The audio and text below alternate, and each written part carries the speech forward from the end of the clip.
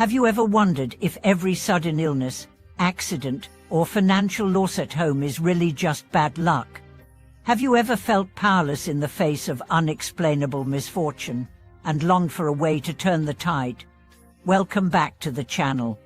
Today we delve into two profound insights from Master Mengcan. First, that when calamity hits the household, it often reflects unresolved karmic debts, what we call debts to vengeful spirits, rising from past actions. And second, that true resolution does not lie in fear or avoidance, but in heartfelt repentance, dedicated merit-making, and compassionate vows to transform the underlying causes. Imagine a devoted daughter whose mother fell gravely ill from a baffling disease. She recited sutras daily and offered incense, yet nothing changed.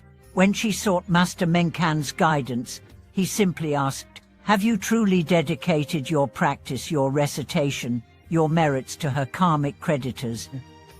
He explained that dedication is not an action, but a heart. Only when she vowed to share her merits with her mother's unseen debtors, reciting Buddha's name hundreds of times, offering the Great Compassion Mantra and the Calamity Sutta for an entire month, and sincerely saying each day, "May all I do today relieve the suffering of my mother's karmic creditors," did her mother's health begin to recover miraculously. Consider also the case of a middle-aged man whose family was beset by one tragedy after another: his mother's stroke, his own job loss, even his younger brother falling ill. Master Mengcan prescribed a 49-day course, 3 sections of the Calamity Sutta, 21 recitations of the Great Compassion Mantra, and 10,000 Buddha name recitations, each day ending with the vow, "May all merits benefit my father's karmic creditors throughout the generations." During this period he dreamed of dark shadows dissolving into light. By day 49 his mother's strength returned, he regained employment, and his home found peace again. Master Mengcan reminds us that karmic creditors are not spirits sent to punish us, but the ripening of our own past deeds demanding resolution. If we do not face them with genuine remorse and compassionate action, the cycle of hardship only deepens. Do not fear, he teaches, for the very fact that these debts appear shows you have accumulated merit in former lives. That same merit can be directed through vows, recitation, and generosity to liberate both your family and those unseen beings. He advises that when misfortune feels overwhelming, you must first steady your mind, then dedicate every practice you undertake: Buddha name recitation, sutra chanting, charitable deeds as nourishment for those bound by your unfulfilled debts. Should your personal strength waver, he urges you to borrow the power of the 3 jewels, to unite with a sangha for collective recitation, to draw on the vow force of the Calamity Sutta, or to synchronize your heart with a Mittabhishava field. But the deepest transformation comes when you extend compassion beyond ritual into daily life. One practitioner chose each time he felt anger or resentment toward a family member as an opportunity to recite silently, "And may my ill will transform into boundless compassion for you." Over months, the atmosphere at home softened, old grievances gave way to gentle understanding. This living life remodeling project, as Master Mengcan calls it, turns every household challenge into a gateway for genuine awakening. Whether your household faces illness, discord, or financial strain, remember you are not helpless, you are not alone, and you are not beyond redemption. By embracing Master Mengcan's path of sincere repentance, heartfelt dedication of merit, and continuous cultivation of compassion, you can untangle the knotted threads of cause and effect, and restore harmony to your home. In the silent dawn, when most of the household still sleeps, you might slip quietly into the family shrine, light a single lamp, and sit with the vow that every breath you take this morning will be offered to untangle the knots of past actions. As the soft flame flickers, imagine each inhalation drawing in the heavy weight of unspoken regrets, and each exhalation sending out waves of compassionate resolve. In such moments, the boundary between self and others dissolves, and you discover that your own willingness to face hidden debts becomes the catalyst for healing far beyond your own walls. Across the river in a neighboring village, a widow watched her 2 children fall ill year after year with fevers that no doctor could cure. Distraught and desperate, she remembered her grandfather's stories of Master Mengcan's remedies. Although she had never before stepped into a temple, she arrived at dawn carrying a bundle of fresh flowers and her deepest apology for faults she could not yet name. As she recited sutras with trembling voice, she felt a gentle presence guiding her intention. It was as though unseen ancestors stood beside her, acknowledging her courage and blessing her effort.